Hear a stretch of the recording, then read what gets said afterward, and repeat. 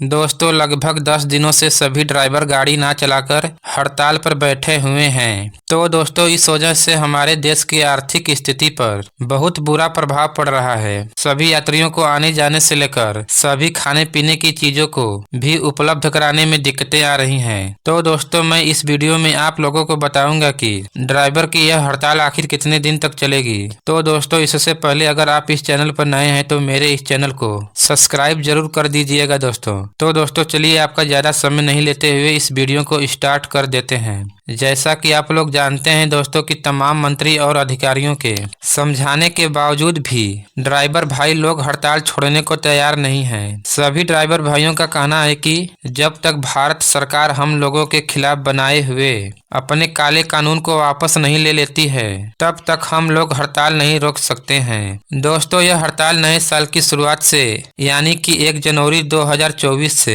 शुरू हुआ है और सभी ड्राइवर भाइयों का कहना है कि यह हड़ताल 30 जनवरी 2024 तक चलेगी। अगर भारत सरकार इसके बावजूद भी अपने घटिया कानून को वापस नहीं लेती है तो हड़ताल को आगे भी बढ़ाया जा सकता है। तो दोस्तों आज की यह जानकारी बस इतना ही। अगर यह जानकारी आपको अच्छी लगी है तो मेरे इस चैनल को लाइक शेयर और सब्सक्राइब करना बिल्कुल नहीं भूलिएगा दोस्तों। तो मिलते हैं फिर किसी एक नई वीडियो के साथ। तब तक के लिए जय हिंद, वंदे मातरम।